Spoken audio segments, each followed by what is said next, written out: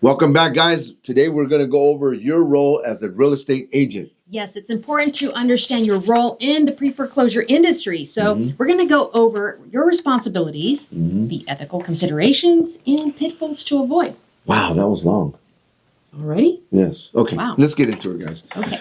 Look, number one is we have to educate the client, right? Yes, it's really important that you understand what your state laws are. You as an agent should be aware and responsible for understanding what's going on in your own jurisdiction. 100%. And then look, we have to establish an accurate property evaluation. Yes. And let me just get into real quick why. Because look, if you're going to be putting a property on the market and you price it too high, then you're not going to be able to sell it. And there's timelines in pre-foreclosure, right? Because look, these people are getting lots of mailers and lots of advertising telling them their properties are worth this much when they're not worth that much, especially the other sites that show them that they're worth more. Make sure you're not relying on online platforms for evaluations and property Good stuff, values. that was good. So, good point. Next is fiduciary obligation. You must have that responsibility. Again, you took your state exam, real estate exam. Make sure that you have that fiduciary responsibility to your client for, the information that you obtain. And then you have to stay in legal compliance, correct? Yes. So remember, guys, always stay in legal compliance. Find out what you should do and what should not do, right? Yes. Be careful. Stay out of those courts.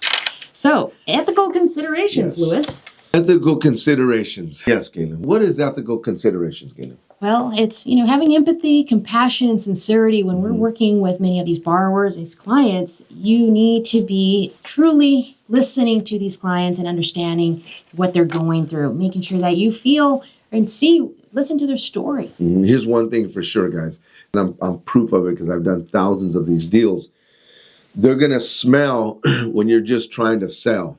They're good. Yeah. But look, what I mean by that is, look, if you're not empathetic to them and their situation and what's going on with them, sincere, honest. Yes, they're going to smell that you're just trying to go for the sale. Yes. So you need to be transparent. And you got to maintain confidentiality. Yes. Okay, many of these people are, embarrassed. They don't want to be letting their neighbors or friends, family know what they're going through during this tough time. Right.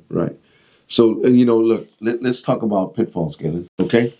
Got to be prepared when you show up at that appointment. Yes, guys, be prepared. Remember, take everything that you need to that appointment, right? Because, like, I have another story, right? I knocked on the door. I spoke to them.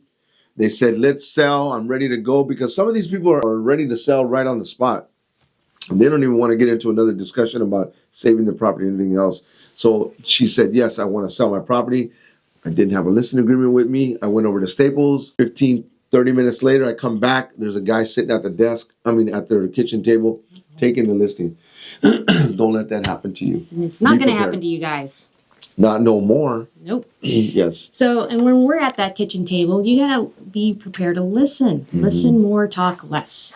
It's really important to be listening to that story because their story is going to give you much insight, a lot of information as to how you want to diagnose the situation at hand. Yes, right. Because look, it's a stressful situation they're going through.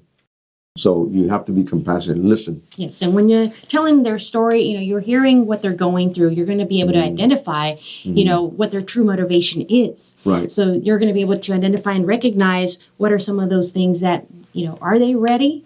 What are they going through? How far along the process they are and what that timeline may be. Yes, and remember, don't lie to them. Don't be aggressive about it, right? Because, at the end of the day, if you do that, you're going to go, look, here's one thing that I've learned. If you're straight up right from the beginning, the deal is easy to close. But if you're not, you're going to have a struggle. Yes. Excuse me.